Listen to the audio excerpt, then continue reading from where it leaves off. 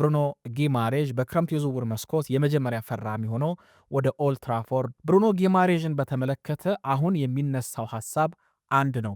ይህ ብራዚላዊ የኒውካስል የአማካይ መስመር ተጫዋች ሁለገቡ አይደክሜው የቡድን መሪው ብሩኖ ጊማሬዥ ስሙ ከማንቸስተር ዩናይትድ ጋር ተያይዟል። የብሩኖ ጊማሬዥ ወኪል ከዩናይትድ ሰዎች ጋር መነጋገሩን ተከትሎ ምናልባት ብሩኖ ጊማሬዥ በክረምት የዝውውር መስኮት የመጀመሪያ ፈራሚ ሆኖ ወደ ኦልድ ትራፎርድ ያቀናል የሚሉ ሐሳቦች የተነሱ ይገኛሉ። በሳምንታዊው ደሞዝ ጉዳይ ማለት ነው። ብሩኖ ጊማሬዥ ሳምንታዊ ይከፈለኝ ብሎ ያቀረበው የደሞዝ ጥያቄ በማንቸስተር ዩናይትድ ሰዎች ተቀባይነትን አግኝቷል ተብሏል። ስለዚህ የሚቀረው ምንድን ነው?